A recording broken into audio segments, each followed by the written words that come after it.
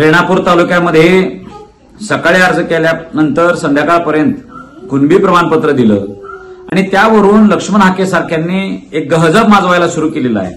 आता बघा, महाराष्ट्रातलं आरक्षण संपलं, ओबीसीचं आरक्षण संपलेलं आहे, 12 बलुतेदारांच्यावर अन्याय सुरू होणार आहे। ज्या शोषणकर्त्या जमातीच्या विरोधात हे आरक्षण असते, राज्यकर्त्यांच्या विरोधात हे आरक्षण असते, असं डेंगा पिटायला चालू केलेल्या लक्ष्मणराव, अरे लक्षात तू एक सांग, 12 बलुतेदार, आलुतेदार, कुणबी, शेतकरी, हे गावगाडा तुला गावगाडा किती माहिती आहे रे?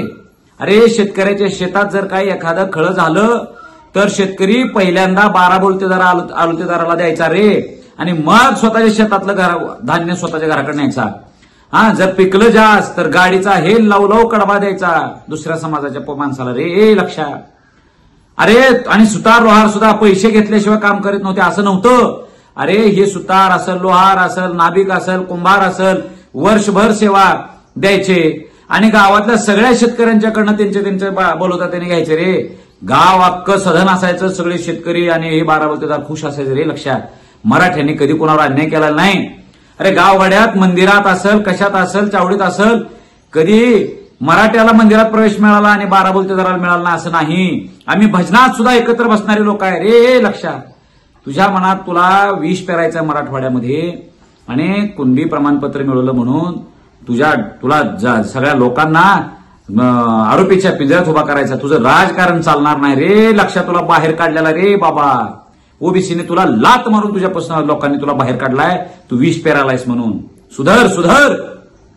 राज्यकर्ते जमात, अरे तिसरे मुख्यमंत्री ह्या राज्याचे ओबीसी मधले रे, लक्षात। सलग सगळ्यात जास्त मुख्यमंत्री पदावर राहणारे तुलाही माहिती आहे की ना रे, ओबीसी होते।